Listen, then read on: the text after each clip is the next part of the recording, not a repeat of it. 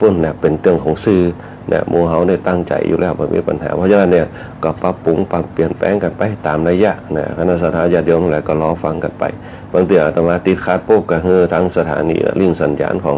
พระมหาไพบูลย์อภิปุโนไปนะอันนี้ก็ตามสถานการณ์เนี่ยคณะสถาญาติโยมทั้งหลายเพราะฉะนั้นในวันนี้ก็ได้มีโอกาสตอนแรกก็คือ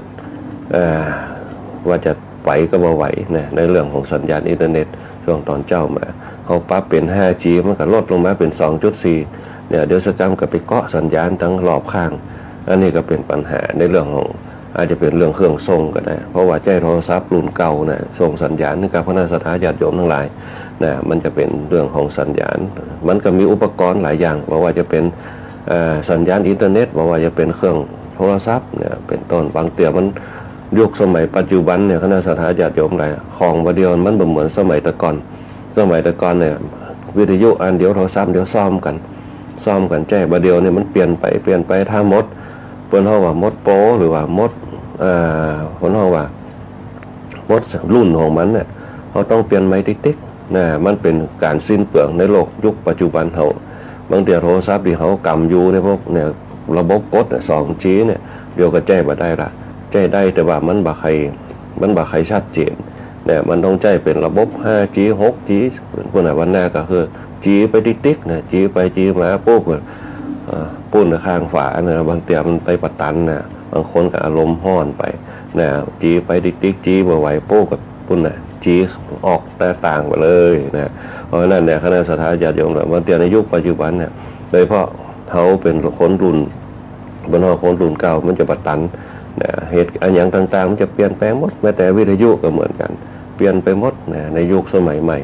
เนี่ยเพราะฉะนั้นเนี่ยมันจะบ่เหมือนยุคสมัยเก่าเพราะของสิ้นเปลืองในยุคปัจจุบันมันจึงมีมากกว่าในยุคอดีตเขาที่มีการปรับปรุงเปลี่ยนแปลงเอามาบำรุงรักษาเอามาซ่อมแซมเผื่อใจเนี่ยในยุคสมัยแต่ก่อนเนี่ยกาเงินของเขามันจึงเป็นห้องว่าบ่เหมือนในยุคปัจจุบันเงินสลึง50ใจได้เพราะการบำรุงรักษาโฮมีแต่ในยุคปัจจุบันเดียวมันมีการบำรุงรักษามีแต่การเบิกจ่ายซื้อนะเพิ่นจึงมีการระบบการเบิกจ่ายซื้อของอันเก่าปุ๊บมันก็เอาเนี่ยเป็นกู้ไปพอรถนะเป็นโกดังรถรุ่นเก่านะเพิ่นบ่พร้อมใจได้ในยุคปัจจุบันแม้แต่รถเกิน50ปีไปเพิ่นก็บ่ฮือใจเนี่ยเพราะฉะนั้นเนี่ยเหตุการณ์ในยุคปัจจุบันความสิ้นเปลืองอันหยังมันก็จะเกิดขึ้นแม้แต่การใช้ระบบสื่อสารเนี่ยเปลี่ยนไปบึด 5G บึด 4G อย่างต่างๆเพราะฉะนั้นก็ต้องเมื่อเขาไปตามยุคของมันไปตามโลกเนี่ยมันก็ต้องปรับปรุงไปตามโลกแต่ถ้าเขาอยู่ทับกับธรรมชาติของเขามันก็บ่เป็นอย่างเหมือนกับบางผู้บางท่านบ่ฉีดวัคซีนก็บ่หันเป็นอย่างบางคนที่ฉีดไปกับฉีดไปบางคน4 เข็ม 5 เข็มบางคนถามบ่ฉีดก็บ่เป็นอย่างนะอันนี้ก็ว่าไปตามนั่นคณะสถาญาติโยมในโลกยุคปัจจุบันเขาบางเตี่ยเขาจะต้องเนี่ยเพิ่นเฮาว่าเขาจะต้องใช้สติปัญญาในการพิจารณาถ้าคนเขาบ่ประมาทมันก็บ่ผิดพลาดถ้าคนเขาประมาทถ้าขาดสติส่วนมากคนเขาในยุคปัจจุบันจะประมาทไปประมาทเลินเล่อพอมีความสุขน้อยปุ๊บก็ลืมความทุกข์ไปมันก็เลยเนี่ยเขาพลาดพลั้งอย่างเช่นคนเป็นหวัดเนี่ยเขาลืมไปว่าเขาบ่ได้ฉีดวัคซีนเขาฮู้ว่าคนเป็นหวัดเขาก็ต้องป้องกันล่ะ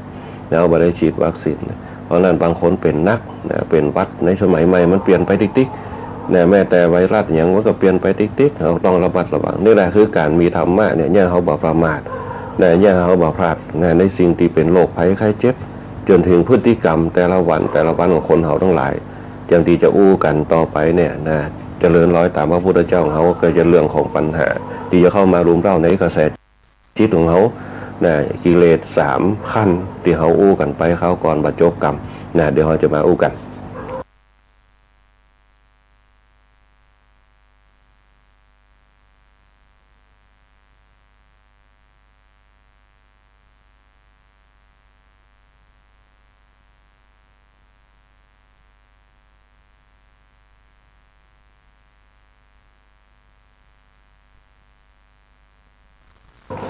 อีกด้านหนึ่งก็จะเจริญพรอนุโมทนาบุญกับสท.ลำปางของเราโดยการนำของผู้อำนวยการสถานีคุณอัญชัน สรลำที่ให้เวลาออกอากาศคุณการจัดการอำนวยความสะดวกในการให้ความรู้ของในการ สื่อสารพ้องเนี่ยควรจะดูแลเอาใจใส่พระสงฆ์ในเรื่องการมาบรรยายธรรมโดยเฉพาะตอนเจ้าเนี่ยรายการธรรมะยามเจ้าตีห้าจนถึงของเจ้านี่จะหาได้ยากนะ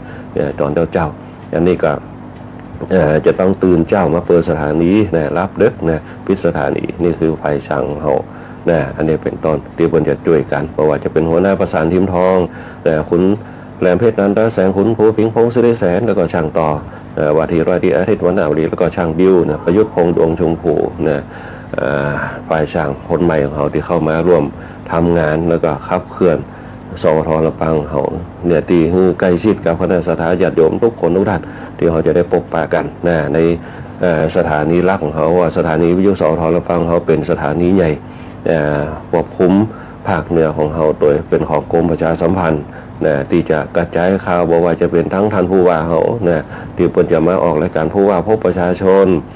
รายการของโรงพยาบาลลำปางสาธารณสุขประจำจังหวัดขนส่งประจำจังหวัดเรื่องทะเบียนรถอย่างต่างๆเป็นก็มีการศึกษาก็มีอันนี้แหละเป็นสถานีที่บริการสังคมที่คณะสัตยาติโยมได้ยินได้ฟังกันบางคนก็ได้ยินดีเจแอลของดีเจก้อยของปาราดาเขาของที่เปิดจะมารวมกันปาราดาเขาเปิดกับช่วยสังคมเขาโดยบริการข่าวสารเขาจะได้ยินเสียงเปิดในช่วงตอนแต่ละวันไปอันนี้ก็เป็นทีมงานสวทลำปางเขาที่เอาตั้งแต่พระสงฆ์ไปจนถึงหน่วยงานต่างๆมาเป็นเปื่อนกูคิดมิตรกูบ้านกับคณะสัตยาติโยมทั้งหลายในตรงนี้ที่ลืมไปได้คือปออกไม่ออกทั้งหลายคณะสัตยาติโยมพุทธศาสนิกชนติตั้งหน้าดาฟังธรรมะกันเดี๋ยวเขาจะเริ่มกันขึ้นเดี๋ยวนี้เขานึกถึงว่าสวทลำปางเขาเป็นโรงธรรมะสภาในการบรรยายธรรมกันถึงเขาจะมาได้มานั่งในศาลาแต่เขากระแสจิตทุกดวงที่เข้ามาก็ถือว่าเป็นกระแสจิตแห่งธรรมชาติที่เขาส่งกันมาถ้าเขาทำกระแสจิตที่มันเป็นธรรมชาติปุ๊บจุดเริ่มต้นกับจุดเป้าหมายตีดีปุ๊บมีความมั่นคงเหมือนกับเขายิงธนูถ้าจิตเขาบอกแปลกเป้าหมายตรงจุดศูนย์กลางมันย่อมปักได้ถ้าจิตทนเขาวันไหวไขว้เขวตื่นเจ้ามาปุ๊บยังมีสมาธิมันก็ย่อมเป็นธรรมดาเหมือนกับเขานั่งสมาธิถ้าเขาจิตเขาบัดตั้งมั่นเขางงเงียด้วยทีมีท่ามันเกิดเสียงไส้ยังขวางง่วงเหงาหาวนอนความซิดฟุ้งซ่านลังเลสงสัยกระสับกระส่ายมันก็ยังให้จิตเขาไขว้เขวแล้วก็ลูกศรนั่นก็จะประปักตามเป้าจะบำเพ็ญเป้าไปได้เพราะฉะนั้นการทำจิตให้มั่นคง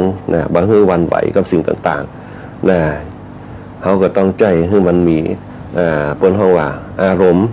ในการที่จะระงับสิ่งเหล่านั้นไปได้อารมณ์ตรงนี้เป็นห้องว่าธรรมชาติหรือว่าธรรมะนั่นเองอารมณ์เป็นอาหารแห่งจิตอากาศเป็นอาหารของใจอากาศเป็นอาหารของใจอาหารเป็นอาหารเป็นอาหารของกายนั่นนี่เป็นต้นทั้ง3อย่างอารมณ์อากาศอาหาร3ต้องบริหารจิตบริหารใจบริหารกายของเราดีๆแต่ถ้าเราบริหารจิตบริหารใจบริหารกายไปดีปุ๊บมันก็จะสับสนบางอย่างเรื่องมาเป็นเรื่องที่เขานำเอาเข้ามามันไม่ใช่อาหารของเขาบางคนเอาอาหารที่เป็นกิเลสโลภโกรธหลงเข้ามาปุ๊บมาบริหารจิตตัวเก่ามันก็แย่ให้จิตของเขากระซับกระส่ายมันอาจจะม่วนก็จริงแต่รสชาติของมันเผ็ดพอโอไปแล้วปุ๊บเราไปแล้วปุ๊บมันเกิดปัญหานั่นแหละก็คือเป็นเพราะว่าสิ่งเหล่านั้นมันจะเข้ามากระทบเข้ามากระทบของจิตของเขาสิ่งเหล่านี้ปุ๊บมันเป็นห้องว่าเป็นอารมณ์ที่เขาห้าเข้ามาแต่ถ้าเขาสกัดอารมณ์ออกไปปุ๊บเขาจะได้คือแยกจิตแยกใจแยกกายคือมันบาห้าผู้อารมณ์ตรงนั้นมันจะต้องเกิดที่สติของเขาถ้าสติของเขาว่าอันนี้เรื่องตรงนี้มันเป็นเรื่องคนอื่นไปเจอเรื่องเขาเรื่องสปะเอามาสู่จิตเขาไปได้เขาก็แค่ฟังสู่สังและพระเตปัญญังสู่สังและพระเตพลังพระพุทธเจ้าสอนว่าฟังดีย่อมเกิดปัญญาฟังไม่ดีย่อมเกิดปัญหาฟังดีย่อมเกิดพลังพลังเขานำเอาไปคิดเหมือนกับเขาบอกว่าตัวเจ้าเตธรรมะไปแค่ตะกี้กระเตดเรื่องความอดทนตะกี้กระเตดเรื่องศีลตะกี้กระเตดเรื่องทานตะกี้กระเตดเรื่องภาวนาศีลทานภาวนามันเป็นสูตรสำเร็จเหมือนกับก๋วยเตี๋ยวก็คือก๋วยเตี๋ยวขนมเส้นก็คือขนมเส้นนั่นแหละเป็นสูตรหนึ่งแต่เขาจะปรุงแต่งให้มันเป็นรสหวานก๋วยเตี๋ยวต้มยำก๋วยเตี๋ยวเนื้อสดก๋วยเตี๋ยวเนื้อเปื่อยก๋วยเตี๋ยวน้ำเงี้ยวอันนั้นขึ้นอยู่กับของเขาถ้าเขานึกถึงเป็นธรรมชาติธรรมะก็เช่นเดียวกันพระพุทธเจ้าแต่งสูตรสำเร็จมาให้แล้วลองไปพอเลย แม้แต่พระไตรปิฎกพระพุทธเจ้าเขียนว่าสัพพะปาปัสสะกรณังกุศลสูปสัมปทาสะจิตตาปริโยทปนังนะบุญกิริยาวัตถุ3ประการ1บุญศีล2บุญทาน3บุญภาวนาบุญเนี่ยปัญญาคือเกิดปีติคือความอิ่มใจเหมือนเขากินข้าวแล้วเขาอิ่มแต่เขากินนักมันก็กัดต้องเนี่ยมันก็เกิดบารมีเหมือนกันบารมีเนี่ยขี้ปุ่มมันเป่งเหมือนกับอึ่งนะขี้ปุ่มมันเป่งเหมือนกับหม่อนแต่บางคนก็กัดหายใจบ่ออกลองสังเกตพอละออนกินข้าวนะมันอิ่มมันม่วนของมันเดี๋ยวสักกัมมันก็คายแต่เอาถ้าเป็นคนอายุนักกินนักปุ๊บมันก็กัดต้องหายใจบ่ออกนี่แหละคือการเป็นของการสร้างบุญพระพุทธเจ้าพูดสอนว่ามัชฌิมาปฏิปทาการสร้างบุญให้มันอิ่มๆเหมือนกับเขากินข้าวน้อยๆนะกินพอให้มันเป็นอยู่แล้วมันเขาจะเนี่ยการได้ถนัดสังเกตง่ายๆเวลาเขากินข้าวแล้วเนี่ยการเวลาเขากินข้าวโป๊บแต่ลูกเนี่ยการเนี่ยมันจะยากเขาเคยรับแล้วเหมือนกับศาลาเพิ่นมาแปลงวัดแปลงวิหารเนี่ยมันจะพักผ่อนกินข้าวยิ่งเป็นกินลาบกินซ่าเนี่ยมันเป็นย่อยยากแต่มีแห้งมันต้องโปรตีนนั่นแหละคือลักษณะของการเพิ่นว่าเป็นสูตรของเพิ่นยังทำมากก็เหมือนกันเนี่ยจะมีสูตรสำเร็จสัพพะปาปัสสะกนังเนี่ยกุศลสูปสัมปทาสัจจิตตาปริโยพนังเนี่ยสัพพะปาปัสสะสัพพะบาปทั้งปวงนะเราจำไว้ให้ดีบาปทั้งปวงก็คือศีลกุศลเนี่ยก็คือกุศลทำความดีเนี่ยคือเกิดประโยชน์ทำให้เกิดทานเนี่ยเป็นขั้นตอนไปคือความละเอียดของศรัทธาญาติโยมทั้งหลายอีกอันหนึ่งก็คือภาวนาคือทำใจให้เจริญคนที่มีศีลที่สำรวมได้คนที่มีทานปล่อยวางได้ความเจริญจะอยู่กับตัวจะบ่คิดนักจะเพราะว่าพะวงเนี่ยอันนี้เป็นต้นคือหลักการในการพัฒนาชีวิตเราเนี่ยเพราะฉะนั้นเนี่ยคณะศรัทธาญาติโยมพระพุทธเจ้าเป็นยิ่งสอนเนี่ยให้รู้จักหลักการในการทำความดีให้เกิดประโยชน์แล้วก็ให้เกิดผลเนี่ยกับตัวเองกับคนรอบข้างเนี่ยมันจะกระจายไปแหมเนี่ย3ตัวเนี่ยสัพพะปาปัสสะกนังบุญกิริยาวัตถุ3ประการเนี่ยแตกย่อยออกไปเป็นพระไตรปิฎกเนี่ยเป็นพระสูตรพระวินัยพระอภิธรรมขึ้นมาหัวข้อทุกหัวข้อธรรมต่างๆเราฟังเราไปคิดแล้วก็ไปปฏิบัติเพื่อสร้างภูมิต้านทานเขาเรียกว่าโอสถธรรมเหมือนกับทุกคนทุกท่านฟังธรรมะอยู่เนี่ยบางคนก็นั่งสมาธิบางคนก็รับตาบางคนก็นั่งภาวนาในห้องพระไปตัวบางคนก็ทำงานไปตัวเปิดร้านไปตัวต้มน้ำห้อนห้องปักแต่งร้านแต่งอย่างต่างๆทำจิตให้ไปกับกุศลก็คือความดีที่เราทำเมื่อเขาตั้งจิตทำไปตัวตั้งจิตให้เป็นกุศลตัวเนี่ยจิตเขาจะตั้งมั่นเขาจะรู้ว่าจะทำมันอย่างต่อไปกระบวนการเนี่ยความจำเขาจะดีพระเจ้าจึงบอกว่าเมื่อจิตดีปุ๊บทุกอย่างก็จะดีตามเหมือนกับลูกศรที่พุ่งออกไปจากคันศรมุ่งไปสู่เป้าหมายจิตตังทันตังสุขาวหังจิตที่ฝึกดีแล้วนำความสุขมาให้เนี่ยพระพุทธเจ้าเป็นจะสอนเนื้อหมู่เฮาทั้งหลายเนี่ยเรื่องหูจักใจชีวิตที่มีประโยชน์และมีคุณค่าในการดำเนินชีวิตเขาจึงยืนยาว120 ปีเนี่ย1 พรรษาจึง120 ปีก็ภาษาหนึ่งเนี่ยที่เขาเคยได้ยินกันว่าเนี่ย120 ภาษาแต่บางคนก็บอกว่าคงไปบ่ถึงเหมือนกับเขาเกิดว่าเนี่ยเขาจะไปเนี่ยเขาจะไปต่างประเทศเขาจะไปกรุงเทพเนี่ยบางคนก็บอกไปไม่ถึงยิ่งเดินไปเนี่ยเป็นไปบ่ได้เพราะหนึ่งแรงขับเขามีขับเขื่อนเขามีบ่มีขันติบ่มีความอดทนบ่มีเวสาระชะกรณธรรมคือทำให้เกิดความกล้าหาญแต่บางคนนี่ยังเป็นไปได้หลวงปู่แหวนเดินจากปัตตานีมาเชียงใหม่ยังได้หลวงปู่มั่นเดินจากปัตตานีมากับหลวงปู่แหวนเขายังได้เนี่ยเพราะธุดงค์เขาวัดองค์แห่งการเดินทางไกลแบบทุกลำบากเนี่ยอย่างก็ตามในที่เขาเนี่ยด้วยความลำบากต่อไปเนี่ยเป็นสิ่งง่ายครับสำหรับเขาเหมือนกับเขาดำเนินชีวิตมาตั้งแต่อายุตั้งแต่น้อยจนถึงใหญ่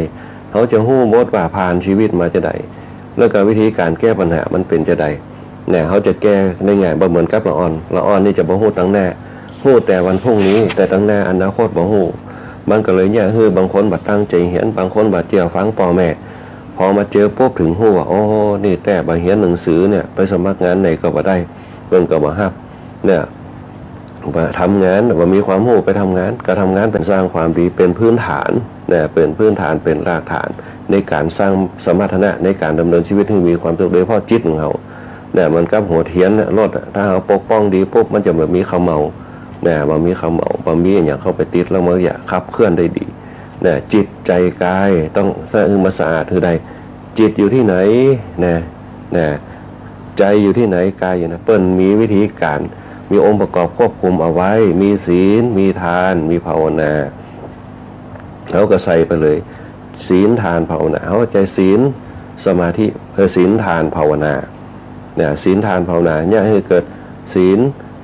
ทานภาวนาเนี่ยคือจิตใจกายเนี่ยกายอยู่ที่ไหนกายอยู่ที่ศีลทานอยู่ที่ไหนทานอยู่ที่กายทานอยู่ที่ใจเนี่ยภาวนาอยู่ที่ไหนอยู่ที่จิตเนี่ยเขาก็เอาตรงนั้นเข้ามาประกอบถ้าเขาประกอบกันได้ปุ๊บมันจะเนี่ยคือร่างกายเขามีสมรรถนะในการวางเป้าหมายชีวิตอาตมาภาพเนี่ยไปอูกับผลทองแก่อายุ90ไปเป็นอยู่แบบไหนเปิ้นอยู่เปิ้นบริหารชีวิตเปิ้นเป็นคณะสัตยาติโยมทั้งหลายเปิ้นอยู่กับธรรมชาติตั้งแต่ใหญ่ตั้งแต่น้อยมาถึงใหญ่เปิ้นอยู่กับธรรมชาติเนี่ยความเป็นธรรมชาติเนี่ยให้เปิ้นยั่งยืนคงทนบางคนบอกโอ้น่าเจ็บแข้งเจ็บขาตายก็ว่าตายบางคนก็จมเนี่ยแต่มันเป็นไปไม่ได้เพราะเราสร้างชีวิตมาแบบธรรมชาติเนี่ยสังเกตพอเนี่ยคนสมัยแต่ก่อนพวกใส่เกือบใส่อย่างมีน้อยมากไปตรงไปนะตื่นเจ้ามาก็ไปละอย่างช่วงเนี้ยอย่างสมัยแต่ก่อนนี่นะเริ่มจะเอากันละเริ่มจะเกี่ยวเข้ากันละเริ่มจะเมื่อเข้ากันละ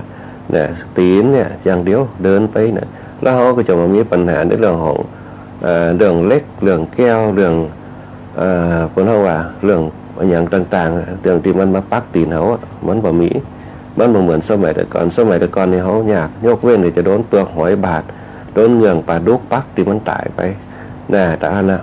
จะแบบมีอย่างโดนน้ำผ่องน้ำไผ่น้ำอย่างต่างๆมันจะเหมือนสมัยเดียวปุ๊บเนี่ยเจอเศษเล็กผ่องเศษแก้วบางเตียวเศษแก้วปักเดินไปต่างๆเนี่ยสมัยแต่ก่อนปนอยู่กับธรรมชาติเนี่ยเดียวปุ๊บใส่ถุงตีนพร้อมมาสามารถจะจับไอดินได้คนเขาเลยเป็นโรคกระดูกกันนัก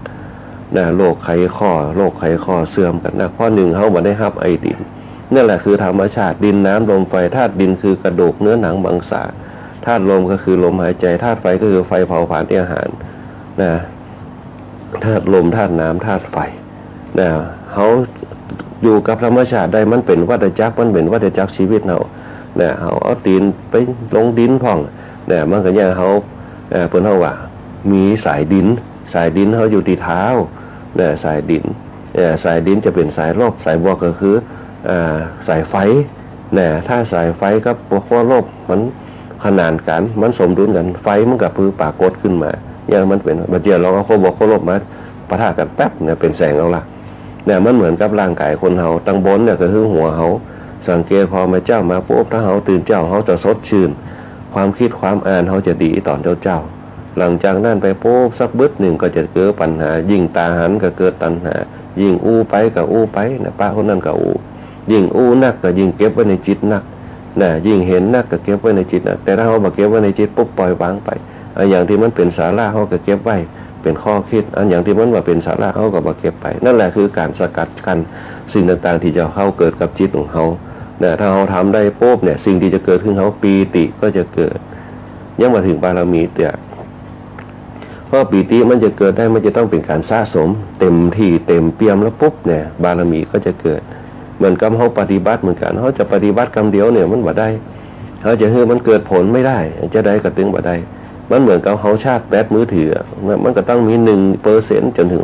100%มันจะแป๊บเดียวได้ถ้าแป๊บเดียวได้ปุ๊บแรงดันมันมีขอบจำกัดมันก็จะระเบิดได้คนเขาก็เหมือนเดียวกันเขาในสถานอย่างก้อยๆชาติไปอย่างเช่นเขาฟังธรรมะเนี่ยกรรมอู้กรรมจ่าของพระสงฆ์ถ้าเขาเจอว่ามันเป็นธรรมะมันก็คือธรรมะนั่นแหละคือกรรมอธิบายหรือกรรมขยายความแต่สิ่งที่เขาจะอู้กันก็คือเป้าหมายในการดำเนินชีวิตว่าเขาจะได้ให้มันมีความสุขในการฟังสุขอยู่ที่จิตอยู่ที่ใจสุขอยู่ที่กายถ้าจิตมันมีความสุขมันจะอิ่มเอิบแต่ถ้าใจมันมีความสุขเนี่ยมันจะยังเกิดปิติมันจะเกิดความอิ่มใจกายมันเกิดปิติมันจะมีความสดชื่นแจ่มใสเหมือนกับเราอาบน้ำมันจะสดชื่นแจ่มใสถ้าองค์ประกอบทั้ง3อย่างเกิดขึ้นมาปุ๊บนั่นแหละเขาจะมีโรคภัยไข้เจ็บเข้ามาเบียดเบียนนั่นแหละจะยังคือสติเขายับยั้งสิ่งทั้งหลายที่จะเข้ามากำกับนั่นแหละอาตมาภาพเลยมันนึกถึงคนเฒ่าแก่เขาเนี่ยเปิ้นมีเป้าหมายตรงนี้ผู้สูงอายุเขาจะมีเป้าหมายในที่เปิ้นอายุ90 100เนี่ยจนถึง120 ภาษาเนี่ย120 ปีเนี่ย เนี่ยอันนั้นแหละเปิ่นบริหารชีวิตเป็นตรงไหนเนี่ยเป็นก็คือหนึ่งแบ่งส่วนชีวิตก็คือกายกับจิตใจเนี่ยกายกับจิตใจก็อยู่กับธรรมชาติภายนอกกายเนี่ยจิตใจอยู่กับธรรมชาติภายในเนี่ยเปิ่นบริหารเป็นโป๊บเนี่ยเปิ่นเลยมีอายุยืนเนี่ยสังเกตของน้องแก้วเนี่ยเรื่องกินเปิ่นบ่ใครเดือดร้อนเท่าใดเรื่องเงินเปิ่นบ่ใครเดือดร้อนเท่าไหร่เนี่ยเปิ่นขอให้บ่เป็นเจ็บเป็นป่วยไข้ขอให้สบายกายสบายใจสบายกายก็คือลูกหลานตามเต้าได้มีหน้ามีตามีเงินมีทองมีเกียรติยศชื่อเสียงเนี่ยเปิ่นความหวังของเปิ่นจิตของเปิ่นก็คือหนึ่งขอให้บ่เจ็บเป็นป่วยไข้บ่เจ็บแข้งเจ็บขาถ้าเจ็บเป็นป่วยไข้ปุ๊บก็เอาจิตมาประกบจังมันปล่อยมันเอายามาทานี่แหละคือการบริหารชีวิตของผู้สูงอายุเขาในยุคสมัยตะกอนนะบัดเดียวโป๊บเขาจะคิดถึงเรื่องลูกหลานกันนักเพราะอย่างพอเขาบ่ได้ใจศีลธรรมเข้าไปกำกับการจะใจศีลธรรมเข้าไปกำกับเนี่ยบ่ใจวันเดียวใจฟังวันนี้ใจวันถูกมันก่อยๆซึมซับไปเนี่ยการฟังธรรมะคือการใช้ธรรมชาติก็คืออารมณ์ข้อคิดหลักการมันอันเดียวกันขึ้นอยู่กับการปรุงแต่งเนี่ยอย่างเช่นธรรมะแนวนี้ก็คือการปรุงแต่งเขามีหลักก็คือศีลคือตานคือภาวนาบางคนก็บอกว่าศีลคือข้อห้ามบางคนก็บอกว่าศีลคือข้องดเว้นเนี่ยอันนี้เป็นไปสุดท้ายแล้วปุ๊บศีลเป็นคือสำรวมเนี่ยสำรวมไปศีลเนี่ยบ่เบียดเบียนไผบ่ละเมิดสิทธิไผฮู้จักไว้ฮู้จักเพศฮู้จักการก็คือเวลาอันนี้คือการมีสุวิชานะอันที่4นะเปิ้นเฮาฮู้จักการโอ้การจาการเจรจาปราศัยบ่วอกแปกบ่วันไปบ่หลอกลวงบ่จุลายนะถ้ามันจุปุ๊บเป็นจังได๋นั่นแหละพอก็แกล้งคอเซ็นเตอร์นะอย่างต่างๆที่มันหลอกลวงเฮาคนเฮาหลอกลวงกันขึ้นมาปุ๊บมันก็เสียบางคนก็เศร้าใจบางคนก็ตอมใจโดนหลอกไปนะอันนี้เป็นต้นข้อที่4นะข้อที่5เนี่ยเฮาก็มุ่งเน้นไปเรื่องสุราเหล้าเนี่ยอย่างเดียวเฮาบ่ได้นึกถึงว่าสุราแปลว่าความกล้าที่เกินขีดกำหนดของสตินะสุรามีระยะมัชฌปมาทฐานาเวรมณีอันเป็นที่ตั้งแห่งความประมาทพระพุทธเจ้าสอนข้อนี้ในเรื่องสตินะในเรื่องสติคือเฮาเนี่ยบ่ฮือประมาทเลินเล่อนะเปิ้นบ่ฮือเฮาประมาทเลินเล่อในที่สุดปุ๊บจนต้องเสียทั้งชีวิตเสียทั้งทรัพย์สินเสียทั้งความสัมพันธ์นะความสัมพันธ์ในสัมพันธชนรวมกันเนี่ยเฮาเนี่ยขาดสติไว้พอนะเป็นต้นถ้าคนเฮาสำรวมได้ปุ๊บอาตมาภาพนำเอามาคิดตรงนี้ก็คือข้ออย่างโดยเฉพาะข้อที่5เนี่ยสังเกตพอคนเฮาแก่เฮาในยุคสมัยตะก่อนเนี่ยกินเหล้ากินยาเป็นเรื่องปกติของการของงานเนี่ยการเนี่ยงานปุ๊บเป็นยากระใสก็ได้เป็นยาคลายเส้นนะยาคลายเส้นเป็นยากระใสสังเกตพอยากระใสมันจะมีแอลกอฮอล์อยู่แล้วบางคนก็งานกินงานปล่อยเป็นเหล้าขาวของเปิ้นกินแล้วมีสติเปิ้นบ่เคยบุกกันตีกันเปิ้นบ่เคยทะเลาะลูกทะเลาะเมียจนถึงทำร้ายกัน นักหนาสาหัส เปิ้นยังมีสติบางคนกินไปปุ๊บเมียบอกว่าเงียบเพียไอ้เจ้าบ้านเจ้าจองของก็เงียบเพียถ้ามีทะเลาะกับลูกกับเมียปุ๊บก็ไปบ้านแก่คือแก่เพิ่นมาคืออาจารย์วัดก่อนอาจารย์วัดจะมาอบรมเพียมาว่าเพียก่อนจะถึงไปแก่บ้านเนี่ยพอถึงไปถึงปุ๊บถ้ามันนักสำร้ายก็คือแก่บ้านเข้ามาเนี่ยปัจจุบันอาจารย์วัดจะมาเป็น เหมือนกับอนุศาสนาจารย์นะมาอบรมก่อนจะไปถึงทุเจ้าเนี่ยไปหาแก่บ้านอันนั้นเป็นห้องธรรมะอาจารย์เป็นจะใจธรรมะแก่บ้านผมจะใจกฎหมายเนี่ยเหมือนกับอาจารย์ใจศีลเนี่ยพอผู้ใหญ่บ้านใจกฎหมายนะแล้วก็กว่าจะไปถึงเนี่ยก็คือตู้เจ้าเขาอบรมเหมือนกับสถานเรือนจำต่างๆเพื่อจะเป็นที่เนี่ยเปิ้นก็อบรมกันตามระบบของธรรมชาติอันเนี้ยแต่เนี่ยไอ้คนเขาเนี่ยมีสติขึ้นมาคนเฮาแก่เฮาในยุคปัจจุบันเปิ้นจะบ่จะมีปัญหาบางเทื่อกินเหล้าเมาม่วนอู้กันเล่นกันเนี่ยอันเนี้ยเป็นตอนเป็นม่วนไปเหี้ยนี่แหละคือคนในยุคอดีตงานก็เสร็จงานประเพณีก็เสร็จแต่งบ้านแต่งจ้องก็เสร็จเนี่ยสังเกตพอแต่งบ้านปกสองเฮียนอย่างต่างๆเปิ้นก็มีเนี่ยแต่บางหารเปิ้นทะเลาะกันจนงานเสร็จแต่งเฮียนเสร็จเปิ้นก็ม่วนกันเนี่ยเปิ้นก็ไปอู้เหล้าเล่นกันนะอันนี้คือคนในยุคสมัยก่อนต้นมีศีลนำหน้ามีศีลสุขล้ำมีธรรมสุขใจว่ามันจะเหมือนคนเขาในยุคปัจจุบันเขากินปุ๊บโอ้กันน้อยปุ๊บพิษหูปุ๊บประมาณเนี่ยการพ่องพิษการพ่องเนี่ยคนเขาในยุคไปมันปล่อยวางไม่ได้เพราะว่าอำนาจแห่งศีลข้อที่5มันไปทางอบายมุขไปเลย เนี่ยมันก็เลยเนี่ยคือคนเขาบ่ได้ปล่อยวางในเรื่องฐานบางคนก็ปล่อยวางกันเล่นกันเล่นกันม่วนกันเนี่ยคนในยุคสมัยแต่คนยุคสมัยใหม่เปิ้นศีลเปิ้นมีน้อยเปิ้นเน้นเปิ้นบ่ได้เน้นเปิ้นบ่ได้เอาไปจำเปิ้นบ่ได้เอาเป็นข้อคิดอารมณ์มันเป็นใหญ่เนี่ยพอกินเหล้ากัน2คนอยู่ด้วยกันพระเจ้าเหลือคนเดียวเนี่ยคนหนึ่งปุ้นนอนรับบ่ตื่นก็มีเนี่ยอันเนี้ยคือคนเฮาในยุคปัจจุบันถ้าเขาสามารถนำเอามาใช้ได้ปุ๊บเนี่ยเหมือนคนในยุคสมัยตะกอนเฮาเนี่ยมันจะแยกสังคมเขาอยู่ด้วยกันไว้วางใจกันมีความเป็นพี่เป็นน้องกันมีความสัมพันธชนรวมกันเนี่ยสังคมเจ้าบ้านเฮาโดยเฉพาะเจ้าบ้านต่างพื้นเมืองบ้านเฮาเนี่ยมีความฮักกันแปลงกันอยู่แล้วมีอย่างก็เจ็บช่วยเหลือกันเจ็บเยี่ยมไข้ตายเยี่ยมผีมีช่วยเหลือไม่แรงน้ำใจเนี่ยแต่เฮาในยุคปัจจุบันเนี่ยสังคมรุ่นใหม่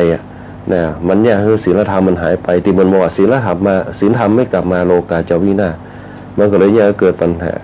เนี่ยความคิดของตัวเก่าเป็นใหญ่ไปได้นึกถึงธรรมชาติไปได้นึกถึงศีลธรรมไปได้นึกถึงธรรมะมันก็จึงเกิดปัญหาขึ้นมาเนี่ยเพราะฉะนั้นเนี่ยผลเพราะว่าการแจ้ธรรมะในการดำเนินชีวิตเป็นการเตือนสติตัวเองเป็นการวางรากฐานตัวเองเพื่อไม่ให้ประมาทเนี่ยลองเอาศีล 5ไปประกอบพอเถอะเนี่ยคณะสัตยาญาติโยมทั้งหลายนี่แหละเดี๋ยวเขาจะมาอู้กันนะในเนื้อหาสาระธรรมต่างๆแต่ก่อนอื่นเนี่ยขออนุญาตเข้าเนื้อหาสาระธรรมไปในวันนี้เขาจะอู้ถึงหลักการที่เขาจะอู้กันก็คือเจริญรอยตามพระพุทธบาทของพระพุทธเจ้าเนี่ยพรรษาที่2 3 4ที่เขาอู้ไปกันข้างก่อนนะกิเลสเนี่ยที่พระพุทธเจ้าเคยตัดเอาไว้กิเลส3ขั้นเนี่ยธรรมชาติของกิเลสเนี่ยเขามันจะสามารถจะหู้ได้เขาบอกว่าเป็นกิเลสบางคนก็ว่าโอ้เนี่ยกิเลสหู้จักหมดอะความโลภความโกรธความหลงอันนั้นคือตัวใหญ่ของเปิ้ล แต่ตัวใหญ่ของเปิ้ลเนี่ยมันจะกระจายเป็นตัวน้อยๆบางคนเนี่ยขจัดขัดนั่นอยู่ได้เพราะกิเลสตัวน้อยๆด้วยความโกรธอันนี้ก็คือเป็นตัวโทสะเนี่ยเกิดโทสะก่อนที่จะเป็น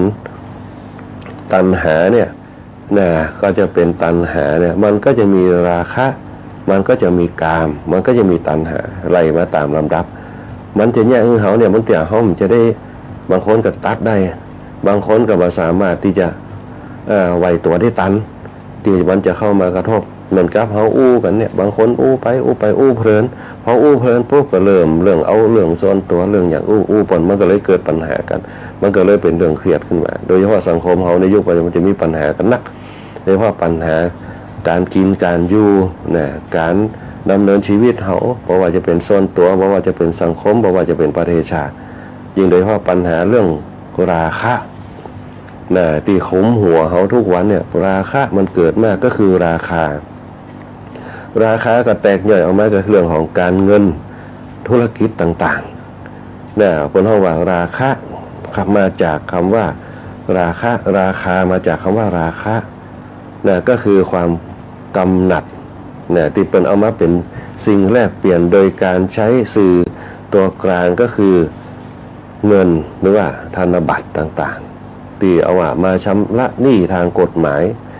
เป็นต้นนั่นแหละเป็นตัวซื้อกลางในสมัยแต่ก่อนเนี่ยเปิ้นปัจจัยกึศถึงเรื่องนั้นบางคนมีสตังค์10 บาท20 บาทมัดอยู่ในปกเสื้อเนี่ยอยู่จัดเหมือนได้แต่ประเดี๋ยวไม่ได้ประเดี๋ยวอย่างน้อยก็ปุ๊บ10 บาท20 บาทเงิน100เนี่ยแป๊บเดียวก็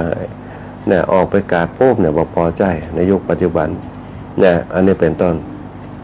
คือราคามันสูงพอราคามันสูงปุ๊บเขาก็ตั้งสมมติเขาตั้งเอาไว้ทั้งนั้นราคาพอเขาตั้งเอาไว้ปุ๊บมันก็เกิดความอยากพอความอยากมันบังปุ๊บเนี่ยมันก็แยกให้เกิดตัณหากามมันเกิดขึ้นมาปุ๊บมันต้องกลับเอาให้ได้อย่างเช่นรถเนี่ยราคาแต่เนี่ยมันว่าจะถึงเป็นล้านเป็นอย่างแต่เขาไปตีราคาเอาเองบางเตี่ยมันไม่ใช่มากมาย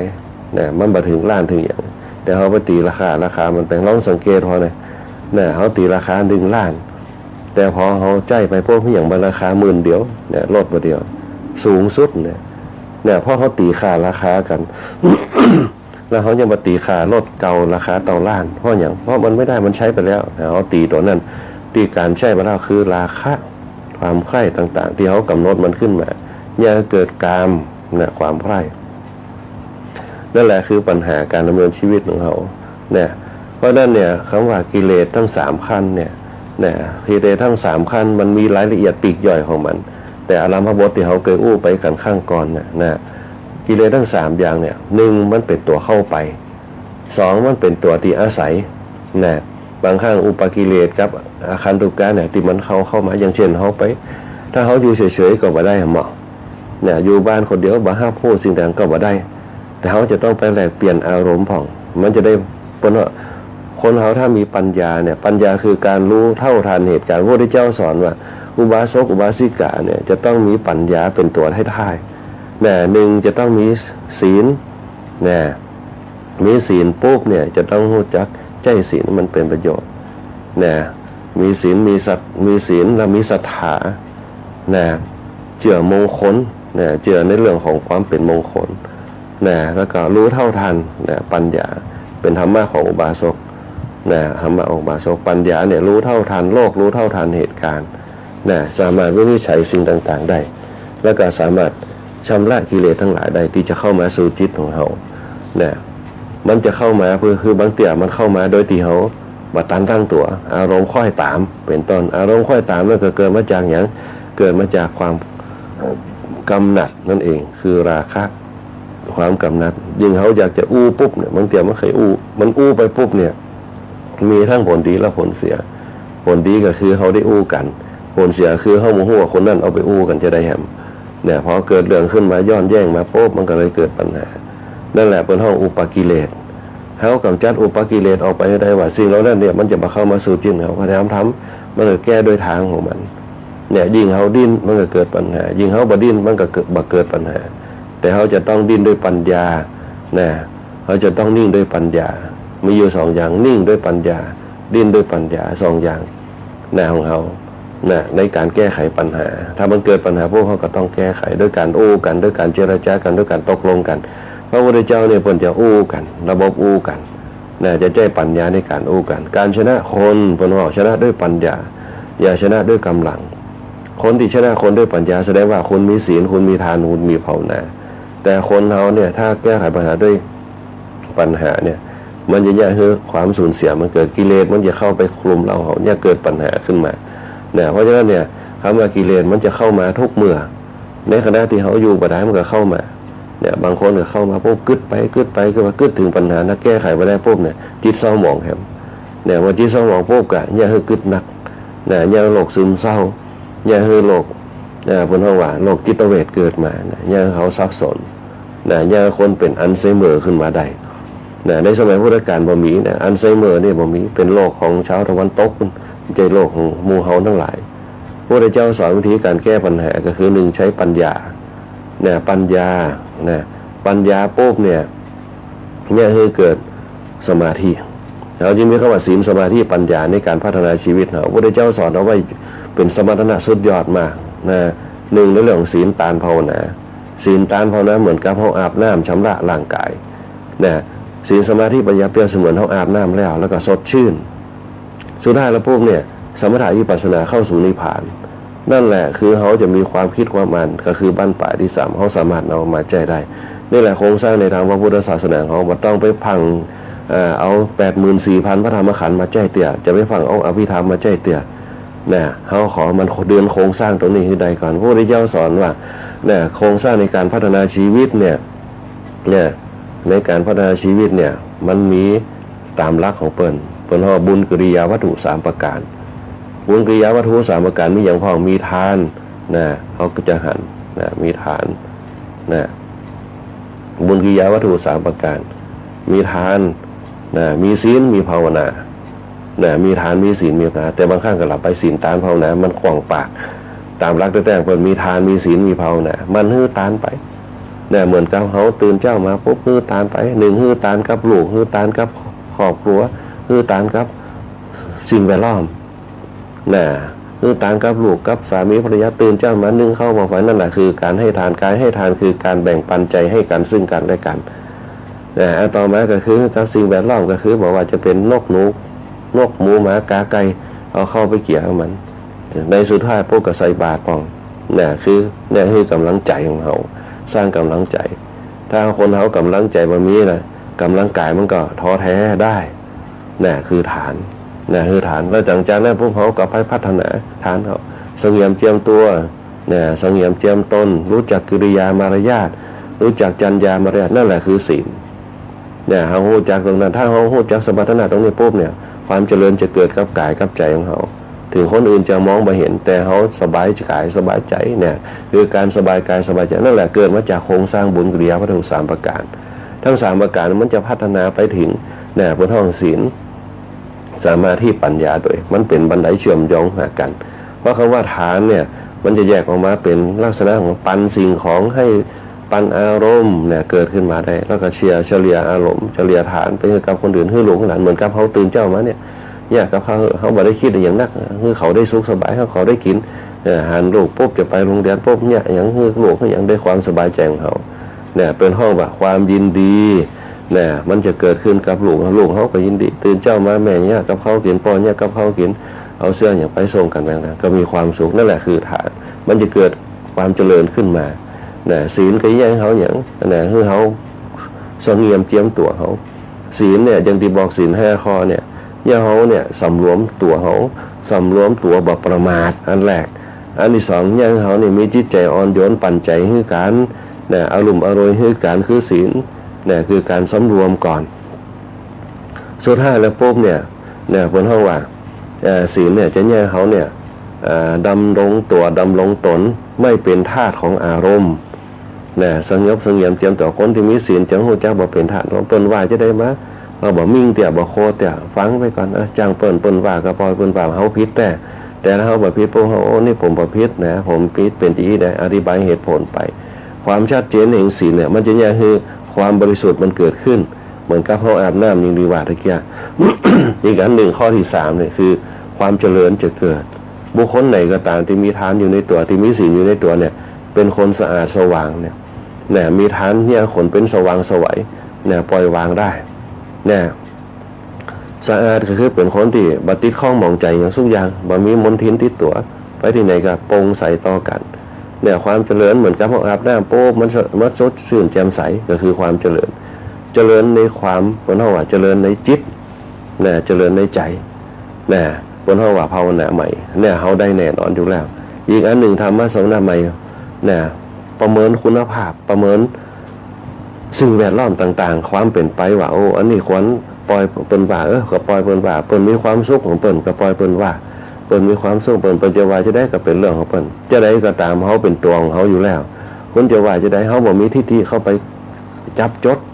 เนี่ยแต่คนเขาเนี่ยยุบไปมันเป็นยันว่ามาก็ว่าไปตอบมาตาต่อตาฟันต่อฟันมันจึงเกิดปัญหาขึ้นมาแต่หาคนที่จะต่อกรยากเพราะอารมณ์คนเขาในยุคปัจจุบันเนี่ยเป็นอารมณ์ที่ไม่ยอมใครเนี่ยเอาตัวตนเป็นหลักพยามานี่บ่ได้คนเขาในยุคปัจจุบันมันก็เลยมีการปล่อยวางกันสุดท้ายปุ๊บเนี่ยความเป็นธรรมชาติเนี่ยถ้าเขามีภาวนามันจะเป็นธรรมชาติปล่อยวางได้แต่คนเขายุคปัจจุบันเนี่ยมันเป็นไปบ่ได้เหมือนกับเหตุการณ์บ้านเมืองก็เหตุการณ์ขอบชายแดนก็เหตุการณ์ไม่ป้านเขาก็ตามที่เขาเคยเห็นข่าวมาเพราะเขาขาดตรงนี้ที่เขาขาดตรงนี้เพราะอย่างเนี่ยเพราะว่าหนึ่งเขาเชื่อมั่นในตัวเก่ามากเกินไปเชื่อมั่นในศีลที่เขามีเชื่อมั่นในฐานที่เขามีเชื่อมั่นในภาวนาที่เขามีเลยเกิดความเป็นตัวเป็นตนของตนเองขึ้นมาความเชื่อฟังพ่อแม่เชื่อฟังครูบาอาจารย์เชื่อฟังกฎหมายเชื่อฟังระบอบระเบียบต่างจึงมีน้อยในตัวตนเขาจะเชื่อเก่าตัวเก่านะเชื่อไผ่บ่เชื่อปุ๊บเนี่ยถ้ามันมีความอยากเปิดโทรศัพท์มันบางเตี่ยผิดถูกนั่นว่ากันที่หลังของมันมีแนวไว้ก่อนพอมันผิดปุ๊บก็เขามายอมรับสารภาพด้วยกันนั่นแหละคณะสัตยาญาติโยมทั้งหลายที่เขาขาดไปก็คือโครงสร้างในการสร้างความดีที่มันเหมือนกับเทียนเนี่ยตั้งอยู่ปุ๊บมันจะมีไส้เทียนมันจะมีไข่เทียนมันจะมีแสงออกมาแต่เขาลืมประกายแสงของมันว่าแสงนั่นเนี่ยมันมีกี่แสงความสว่างนั่นมีกี่แสงเขามองไปเห็นเขาจะมองแค่ว่าแสงสีแดงแสงสีส้มแค่นั้นเองแต่เขาหารู้ไหมว่าแสงเหล่านั้นน่ะมันเป็นแสงทั้ง7สีที่เรามองเป็นหรือเปล่าแสง7สีแสงสีฟ้าสีเหลืองสีเขียวที่มันออกมาเขาเรียกว่าประกายประกายมันจึงเกิดคำว่าแสงสว่างแสงสว่างก็คือประกายออกมานั่นแหละเนี่ยคือเกิดความสว่างความมืดสว่างขึ้นมานั่นแหละเวลาเราทำบุญเวลาเราไปฟังธรรมะเนี่ยชนมากเขาบอกเคยฟังกันอย่างคนเฒ่าแก่ในยุคสมัยก่อนเปิ้นฟังเนี่ย นฟังเพิ่นเงียบถามว่าเนื้อหาฮู้เรื่องก็บ่ฮู้แต่ฮู้หยังฮู้ศีลตานภาวนาเพิ่นจะสรุปของเพิ่นศีลเขาจะว่าบาหยังบาผิดประพฤติผิดในศีลเพิ่นจะมีศีลเป็นหลักอันที่2เพิ่นมีตานปันใจให้กันแบ่งปันให้กัน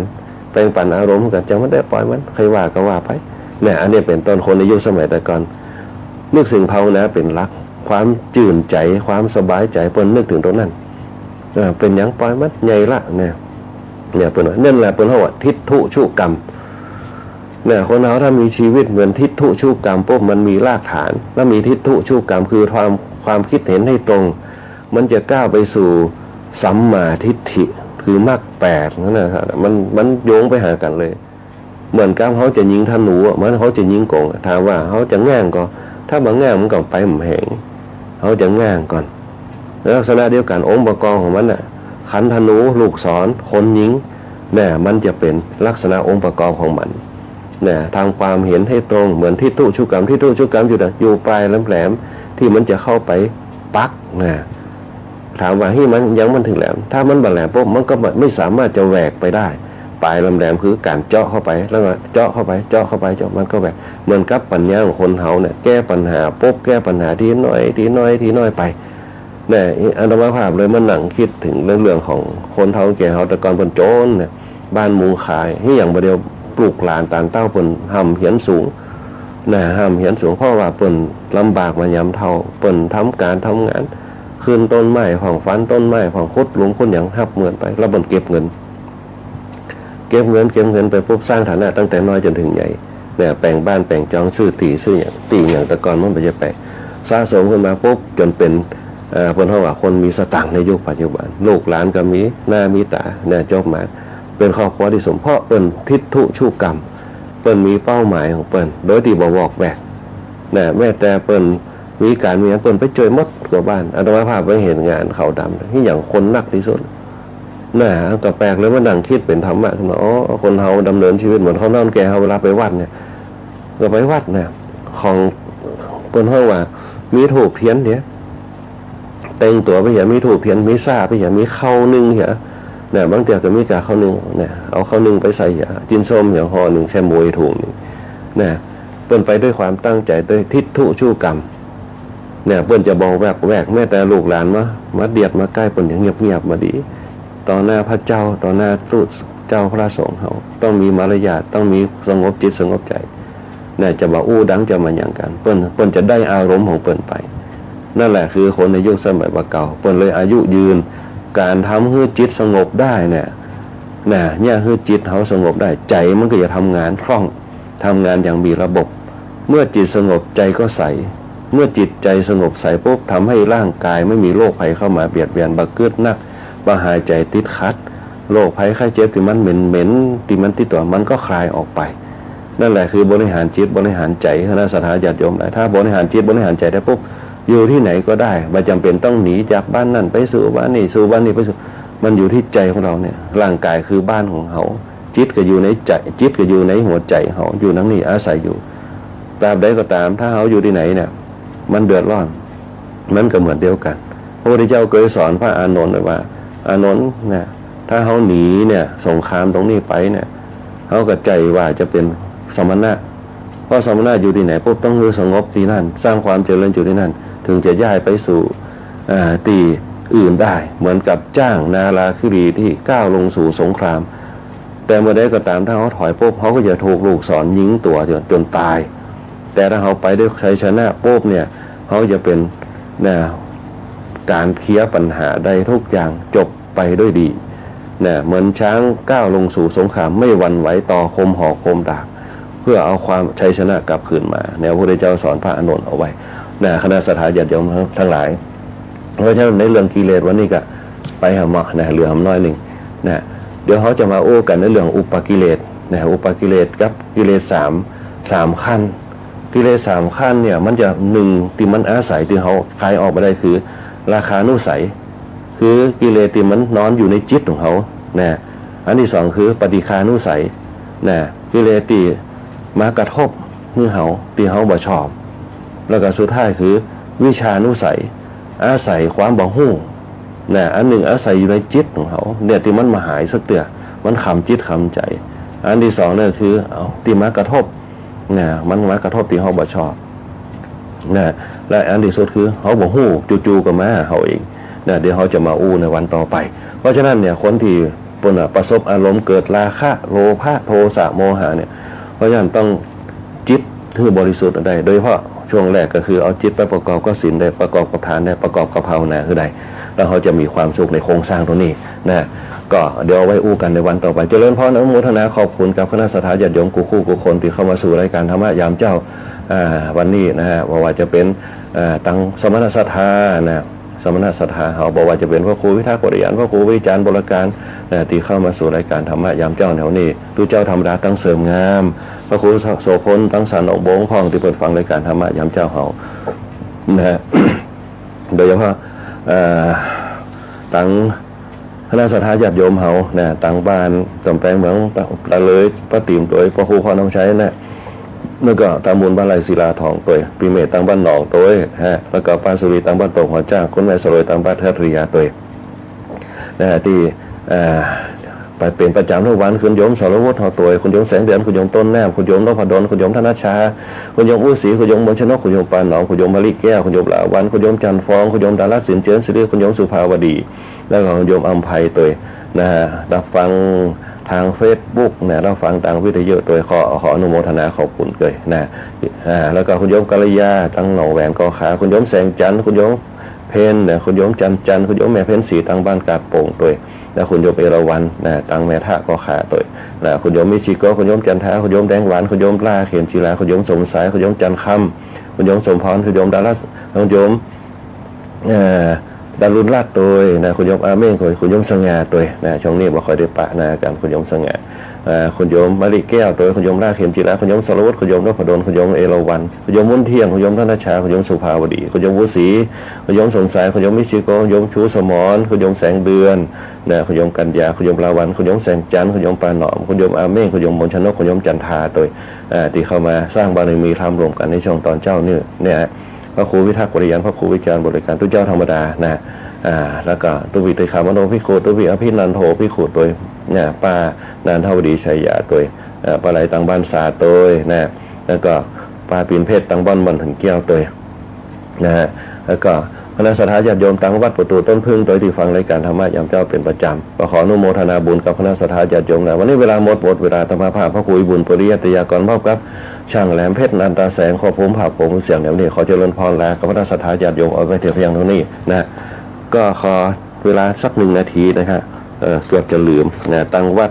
ชมพูหลวงตำบลชมพูเขต 1อำเภอเมืองจังหวัดลำปางในวันที่28 กุมภาพันธ์ในวันที่20เนี่ย20 ธันวาคมวันเสาร์ที่20เนี่ยเปิ้นจะมีงานป้อยหลวงฉลองสาราบำเพ็ญบุญหอธรรมแล้วก็เสนาสนะวัดชมพูตำบลชมพูอำเภอเมืองจังหวัดลำปางในวันที่20 ธันวาคมในวันที่20 ธันวาคมนี่เปิ้นจะทำบุญฉลองศาลาบำเพ็ญบุญกันก็ขอเชิญคณะสัตยาญาติโยมทั้งหลายไปรวมทำบุญกันได้ในงานวัดชมพูหลวงคณะสัตยาญาติโยมอยากจะรวมทำบุญก็ติดต่อไปได้ที่วัดชมพูเบอร์โทรศัพท์0811809279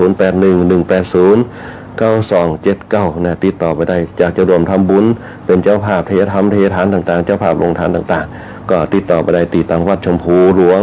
ตำบลชมพูอำเภอเมืองจังหวัดลำปางเบอร์โทรศัพท์0811809279เวลาหมดเวลาต้องมาพาพระคุยบุญปริยัติก่อนพร้อมกับช่างแหลมเพชรอันตาแสงขอเจริญพรลากับคณะสัตยาญาติโยมเอาไว้เพียงเท่านี้โอกาสหน้าโกยมาพบปะกันใหม่วันนี้ก็ขอ